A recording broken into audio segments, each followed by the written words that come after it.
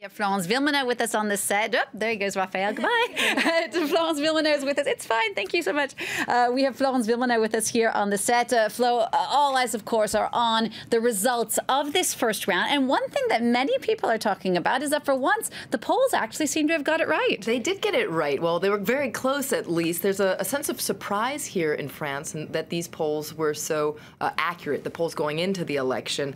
We can take a look at the results, and they are indeed very close to the last polls that we were seeing before the election yesterday. And do remember that pollsters have been taking a beating in recent elections because, of course, they failed to predict Brexit and the election of Donald Trump. So this time it seems like they nailed it in the French election, at least in round one. And so they're drawing quite a lot of praise. Just listen to this exchange. So this happened on France 2, the public broadcaster, during their live coverage of the election. I must add, because pollsters and polls have been getting a bad rap recently, you didn't make a mistake tonight. It's really impressive. We were only off by half a point in our pre-election polls. There was no hidden vote for François Fillon. We didn't underestimate Marine Le Pen, sorry to say, but despite all the criticism and mistrust, we were spot on. We say when you're wrong, but we also say when you're right. After all the emotion of last night, all eyes now are on round two of the election, which will take place in less than 2 weeks' time. No rest for Emmanuel Macron and Marine Le Pen. They're already back on the campaign trail. In fact, already yesterday during their victory speeches, they were already calling for people to vote for them. Their work had already started. So essentially, they were calling on voters from candidates who had lost the first round to rally their cause. Let's take a listen to those not so hidden messages in their speeches yesterday. I am calling on all French people, wherever they're from, whatever their origins, whatever their path, whatever their vote in the first round, to join me. It is the essential, the truly essential, that is at stake here, the survival of France. I want to become a president for all French people, a president for patriots, against the threat of nationalists.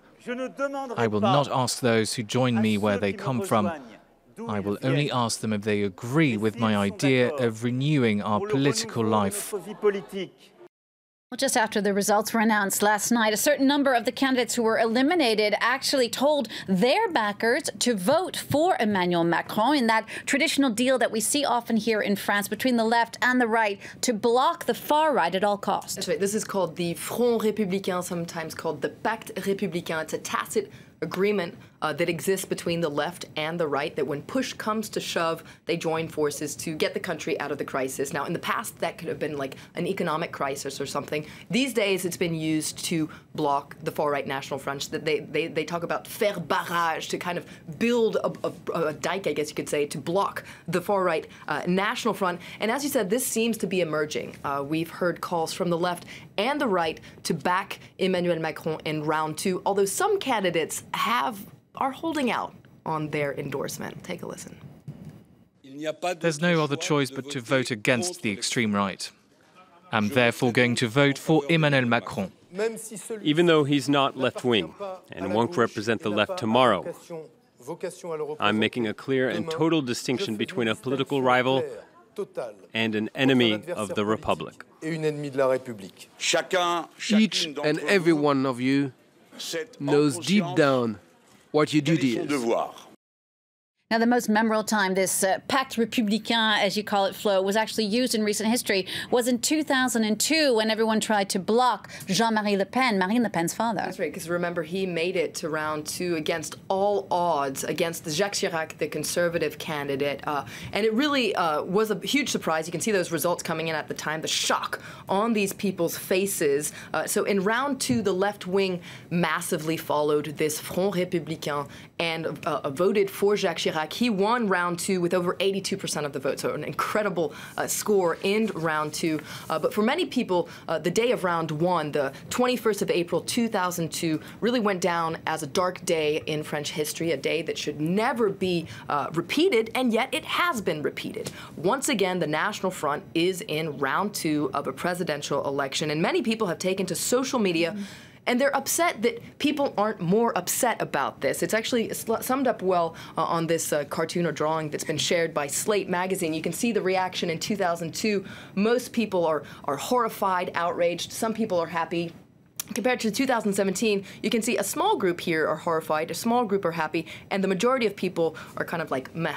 It seems normal, and this is what people are horrified about, is that the National Front has become such a normal party that doesn't shock people so much when it makes it to round two. And on top of that, a lot of people are considering not following this traditional pact between the right and the left. Some people from the left might actually vote for Marine Le Pen in round two. All right, Flo, let's wrap up on a lighter note. Here in France, you might know that the votes are actually counted by volunteers, and sometimes they find some pretty interesting things inside the voting envelopes. This year's vintage of weird votes is really amusing. I must admit, I pulled out a little selection of some of the things that were found in these envelopes.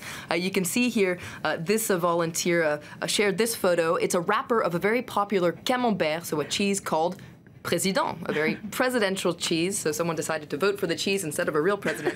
There was also a cute one that was posted by another Twitter user. You can see someone wrote by hand on this ballot that they wanted to vote for their dog, Gigi. At least he's loyal and not a liar. And this Twitter user said, well, these are very good qualities for anyone who wants to be president. And then there was another thing that turned up in an envelope. This one has been shared quite a lot. 50 euros. This was in a polling station in the 15th arrondissement. So 50 euros, and you can see someone wrote on it, pour Pénélope, pour Penelope Fillon.